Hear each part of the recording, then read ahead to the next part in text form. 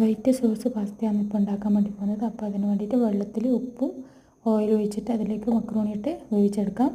പിന്നെ അതിലേക്ക് വേണ്ടുന്ന ചിക്കൻ എടുത്തിട്ട് ചെറുതായിട്ട് കട്ട് ചെയ്തിട്ടുള്ള ചിക്കനിൽ ഉപ്പും കുരുമുളക് പൊടി ഇട്ടിട്ട് ബട്ടർ ഇട്ടിട്ട് ഫ്രൈ ആക്കി എടുക്കുന്നുണ്ട്. നല്ല രീതിക്കൊന്ന് ഫ്രൈ ആക്കിയെടുത്ത് മാറ്റി വെക്കാം. പിന്നെ വേറൊരു പാത്രം എടുത്തിട്ട് അതിലേക്ക് കുറച്ച് കൂടുതൽ ബട്ടർ ഇട്ട് കൊടുക്കാം. പിന്നെ അതിലേക്ക് വെളുത്തുള്ളി ഇട്ട് കൊടുക്കുന്നുണ്ട്. വെളുത്തുള്ളി ഒന്ന് മൂത്ത് കഴിഞ്ഞാൽ അതിലേക്ക് ഒരു സ്പൂണ് മൈദപ്പൊടി ഇട്ട് കൊടുക്കാം. കരിയാത്ത രീതിയിലൊന്ന് ഇളക്കി മിക്സാക്കി എടുക്കാം. പിന്നെ അതിലേക്ക് 1 കപ്പ് പാൽ ഒഴിച്ച് കൊടുക്കാം. അതൊന്ന് നല്ല രീതിക്കൊന്ന് മിക്സാക്കി എടുക്കാം. ഇനി അതിലേക്ക് ഉപ്പ്, കുരുമുളക് പൊടി, ഒറിഗാനോ ഇതൊക്കെ ഇട്ടിട്ടൊന്ന് മിക്സാക്കി എടുക്കാം.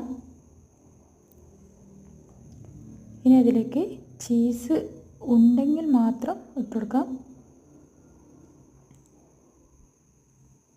ഇനി അതിലേക്ക് വെച്ചിട്ടുള്ള മക്രോണി ഇട്ട് കൊടുക്കുന്നുണ്ട്.